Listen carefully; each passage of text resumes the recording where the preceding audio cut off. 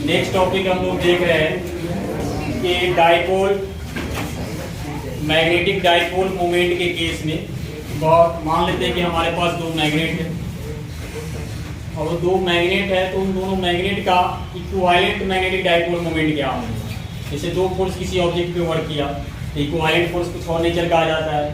तो in the same way हमारे पास दो मैग्नेट है, सपोज करते हैं एक मैग्नेट का मैग्नेटिक डाइपोल मोमेंट m1 है, दूसरे मैग्नेट का मैग्नेटिक डाइपोल मोमेंट m2 है।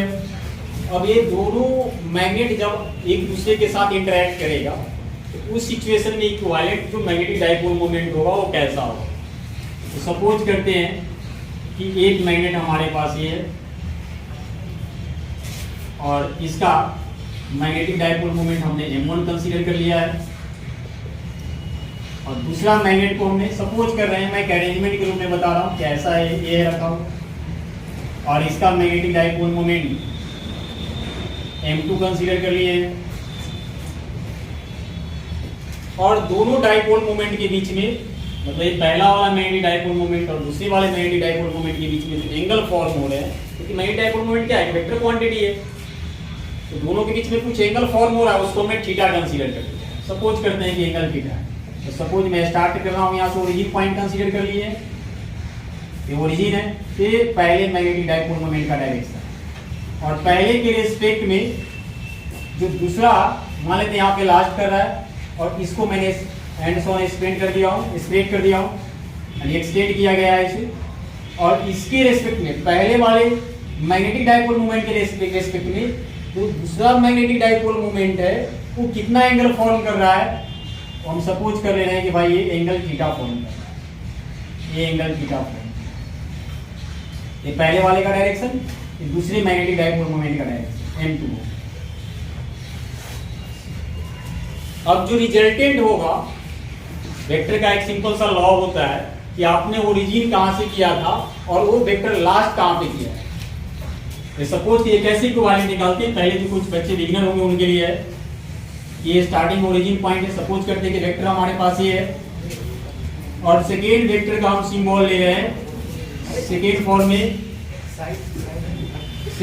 में जो हमारे पास यहाँ पे एक वेक्टर का एंडिंग यहाँ पे हो रहा है, तो ओरिजिनल क्या हो जाएगा, इनिशियल एंड फाइनल, ये हमारे पास इक्विवेलेंट हो जाएगा, ये इक्विवेलेंट हो जाएगा, इसके बेसिस पे हम इक्विवेलेंट। और सिंप्लीफाई करना वेक्टर उसको बहुत इजी होता है, कोई क्रिटिकल नहीं होता, बच्चे डरते हैं लेकिन बहुत इजी है। सिंपल देखिए आप, ये क्या है, जिसे नहीं आ रहा वो भी समझ जाएगा। एक मैग्नेटिक डायरेक्शन तो कंसीडर कर लिया, अब यहाँ का इक्विवेलेंट क्या होगा, आप देख रहे हैं कि यहाँ पे कर रहा है, ये इनिशियल था, इससे मैंने इसको अटैच कर दिया, इक्विवेलेंट आ गया, इक्विवेलेंट मैग्नेटिक डाइपोल मोमेंट आ गया, जिसे प्रूव भी नहीं करने आ रहा है, सब आ जाएगा। और ये पॉइंट को मैंने कंसीडर कर लिया ए बी सी और सी से मैंने इनिशियल वाले पे कोई परपेंडिकुलर ड्रॉ कर दिया, सी से हमने परपेंडिकुलर एक ड्रॉ कर देते हैं और इस पॉइंट को हमने डी कंसीडर कर लिया, हमने डी कंसीडर कर लिया। अब इसी सिचुएशन में अब जिसे कॉस साइन में प्रॉब्लम होता है उसके लिए सिंपल सा फैक्टर, जो बच्चे को ज्यादा दिमाग नहीं लगाना चाहता है, सपोज करते हैं कि कोई एक रिजल्टेंट आर है, जो ज्यादा माइंड नहीं लगाना चाहता, थीटा है यहाँ पे, सपोज करते हैं कि एक्स एक्सिस से ये थीटा एंगल बना रहा है रिजल्टेंट, तो हम इस रिजल्टेंट को लाना चाहते हैं एक्स के लॉन्ग में, तो आप सिंपली कीजिए, कोई भी ऐसा फैक्टर हो, कोई भी ऐसा फैक्टर रिजल्टेंट मालूम है, हम इधर कहाँ लाना चाहते हैं इसको, एक्स के लॉन्ग में, आर इंटू कॉस से मल्टीप्लाई किए, साइन कॉस का फंडा भूल जाइए, मतलब सिंपली कॉस माइंड में रखिए, तो कॉस हो गया, कितना एंगल दोनों के बीच में, थीटा, तो ये मेरा स्मॉल एक्स आ गया, एक्स के लॉन्ग में क्या वैल्यू, क्या लेंथ होगा उसका, चाहे हमें एक्स के लॉन्ग में फाइंड आउट करना हो चाहे वाई के लॉन्ग में फाइंड आउट करना हो, आप हमेशा कॉस को ही माइंड में रखें, साइन को माइंड में रखने की जरूरत नहीं, कंफ्यूज नहीं। अब ये थीटा हो गया, तो नेक्स्ट क्या हो गया हमारे पास, 90 माइनस थीटा, ये 90 माइनस थीटा हो, क्योंकि ये तो 90 डिग्री फॉर्म करेगा एक्सिस से वाई एक्सिस। अब क्या करना है, इसका वैल्यू क्या होगा, तो इसको हम रिजोल्व कर रहे हैं वाई के लॉन्ग में। हमने क्या बताया था कि वाई को फाइंड आउट करने के लिए किसी भी चीज को फाइंड आउट करना है, तो जो रिजल्टेंट है वो लीजिए, इन दोनों के बीच में कॉस लगाइए और जो एंगल है सो एंगल कितना है 90 माइनस थीटा। अब बच्चे को तो मालूम इतना जरूर होगा कि cos 90 minus theta sin theta. On the similar basis अब आप यहाँ पे आसानी से इसको सिंप्लीफाई कर सकते हैं। बी सी डी, इसको मैं बड़ा करके दिखा दे रहा हूं। ये है पोर्शन हमारे पास, ये था बी, डी और ये सी है। ये आपके पास M2 है, ये थीटा है। तो अब इस M2 को आप यहां लाना चाह रहे हो तो क्या बनेगा, M2 cos थीटा, और डायरेक्शन क्या हो, एरो साइन इस साइड में B से C की तरफ। सपोज कीजिए मार्कर का पॉइंट आउट की तरफ, इसको मैं इधर लाया तो डायरेक्शन क्या हो जाएगा, इसी साइड में रहेगा, और M2 cos थीटा हो गया। अब इसको कहां, अब इसी M2 को हम कहां लाना चाह रहे हैं, वर्टिकली, वर्टिकल, ये और ये पैरेलल हो जाएगा सिमिलर। इस कंडीशन में क्या बन जाएगा, ये वाला जो है, और इसका डायरेक्शन कहां जाएगा, एरो साइन का डायरेक्शन अपवर्ड।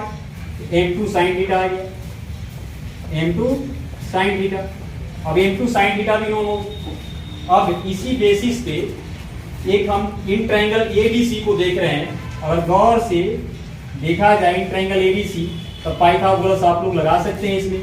ABC के अंदर में D पे 90 डिग्री है तो हाइपोटेनस AC हो गया, तो AC square equal to AD square plus CD square, AD square plus CD square. AD पहले से M1 है, AD को हम लोग क्या मेंशन कर सकते हैं, AC square means N equivalent square. AD को AB प्लस BD मेंशन कर सकते हैं, AB plus BD square plus CD।